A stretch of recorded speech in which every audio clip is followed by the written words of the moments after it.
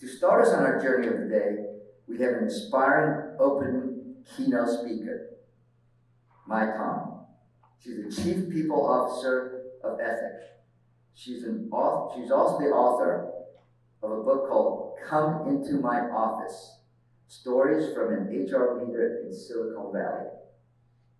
Mai has been the first people leader at 9 different technology startup companies and formerly led the people team at Kickstarter and Trulia, among others.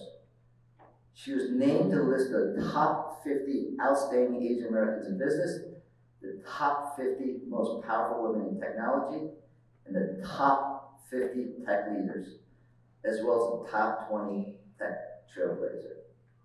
So without further ado, let's give a big hand of applause for Mai Khan.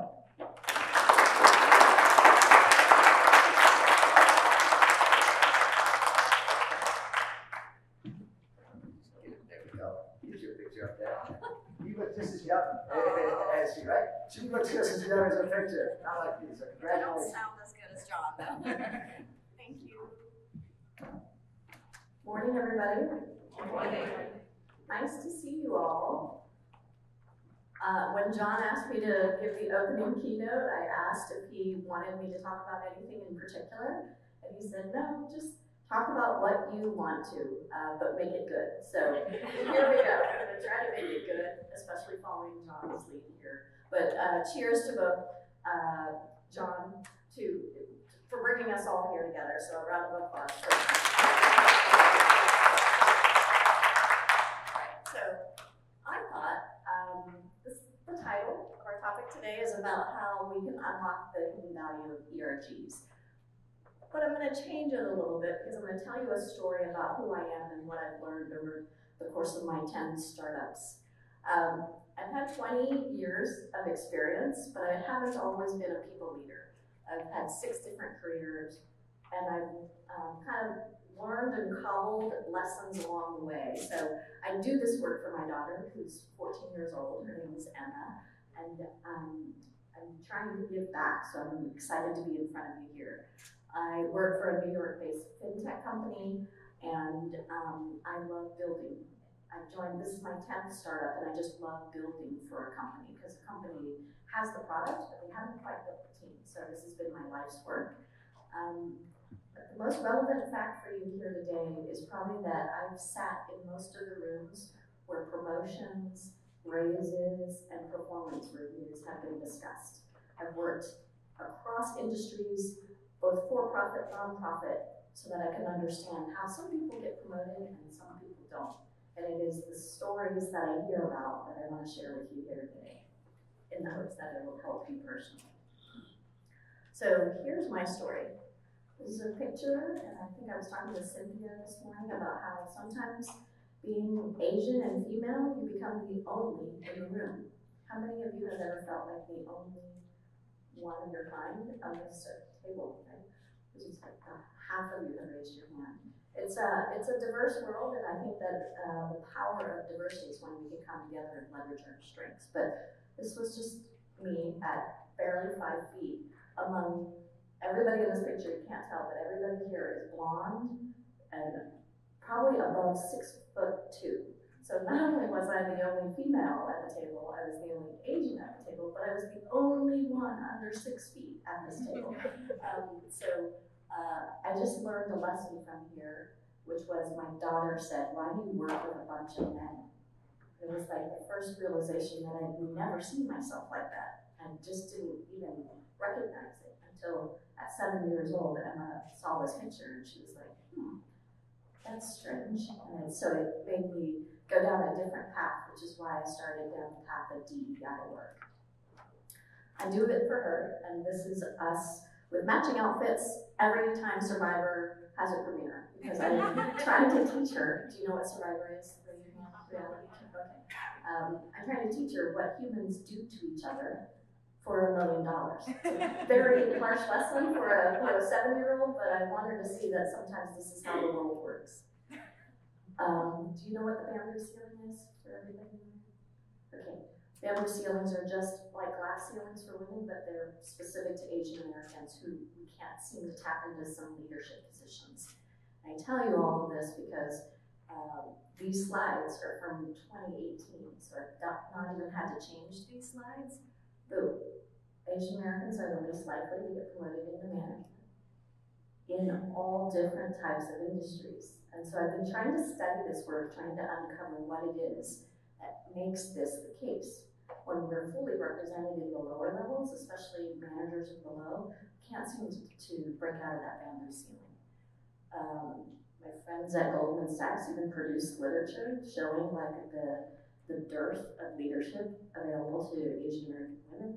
These are graphs that still show that we're still trying to make strides. I mean, this is all very depressing. I'm so sorry to give this to you at like 9:45 in the morning, but I want to tell you that how many of you were raised in families that said, if you work hard, promotions will come your way? Everybody. Yes, I think there's a cultural tendency, especially among Asian Americans, to believe that, you know what, you put your head down, you work hard, promotions will come your way. Then you see this, and it's sort of like, what the heck just happened, right? Like, you know the stories of sometimes when people play golf together, or when they go out for a happy hour that somehow you were not invited to, all of a sudden they get the promotion. And that was always like a mystery to everybody that I worked with and everybody I've been on the receiving end of that. And so here's another cultural edict from perhaps Asian-centric families, but raise your hands if you've ever been on the receiving end of being told not to stick out too much. Yeah, half of the room again. You can relate to this, where sometimes if you stick out too much, you get hammered down. And this is sort of the norms and cultural norms that we've grown up with. And I can tell you, these don't serve us very well in corporate America, because corporate America is about speak up. We want to hear your opinion. Even if you don't have the experience, you need to learn to speak up and use your voice. It's just not natural to us. So here's my tips on how to get ahead. This is not taught. This was taught to me when I was a consultant at PricewaterhouseCoopers. They took a select group of Asian Americans and said, you know what? It isn't about working hard. It isn't about pulling all-nighters. It's actually about pie. Have you ever heard of pie? Maybe one, two people. PI stands for P stands for performance, I stands for image, E stands for exposure. As you propel in your career and get higher and higher in the levels of your career, nobody cares about your performance. They don't know what you do every day. They honestly, you can tell me your title, but nobody really understands what you do. So instead, they start grading you based upon these other two dimensions. And I want you to keep this in mind, because this is about unlocking ERGs through you. So the I stands for image. It's sort of like, what image are you portraying? You know, when I say the word Nike, what comes to mind for you? Nike. Let's do it. Let's do it. Jordan, that's right, sports. You have a very particular brand when you hear a name, and that applies to you too. So when they're speaking your name, you actually need to know what's being said about you when you're not in the room. That's your image. When you're not in the room, what are they saying about you? Sometimes, and I had a mentor who said, you're short, so when you speak in front of audiences, you need to walk around. But do you see what happens? I lose the microphone when I walk around. And so these are the little adaptations that we have to make, but it is an image that actually you carry with you. So image is about what's being said about you when you're not in the room. You need to know what's being said. The second, the second most important part of this pie graph is exposure. Exposure is who knows you. Because if you are sitting there with your heads down and doing all the hard work and burning the midnight oil, it doesn't matter because they don't know you're doing it. Like I said, nobody knows what you're doing each day. So just carry this pie graph with you, because this is what gets the people that play golf, the people that go to happy hours, that's what gets them promoted. Now, you may not believe in this, like I don't want to say this is scientific, but I can tell you that I've sat in all the rooms for promotions, raises, and adjustments are made. And this bias plays out in corporate America. In all of the 10 startups I've seen, and in all of the literature I've read, it's just not called this. It's not called this, but this is really my story because I want you to start taking care of yourself. Start not being selfish, but start understanding that it's okay to be self-centered when it comes to your career. Because if you can unlock yourself, you can start to take care of your colleagues, and then you can start to have an impact on our society and what we want to see, all the change in the world. So I leave you with that as find your ambassadors. The arrows, these were the same men.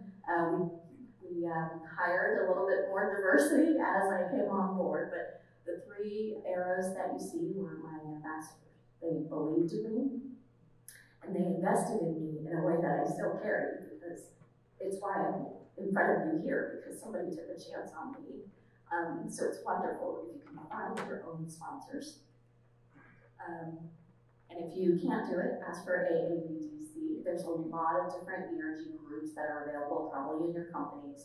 There's different nonprofits. John's got like 3 nonprofits under him. So like get help and get sponsorship so that you can propel yourself in your career. I know we work hard to make an impact, and I'm just going to encourage you to make sure you have advocates and sponsors along the way. And ask your manager that you really want to be a leader. You'd be surprised when it starts to get unlocked for you. So be an ambassador for and to others. I always cry when I talk about Emma too. But this is the hard work that we have to do together. This is about the future that we want to see. And we've got to change the look of that first picture that I gave you. We have to change that picture. It shouldn't look like that anymore. We have a lot to give, and I'm excited that you are the key to unlocking the ERG. So just remember that as you go about your day-to-day. You're going to hear some great panelists and some speakers today. But just remember, it starts with you too. And that is it for me. Thank you for having me.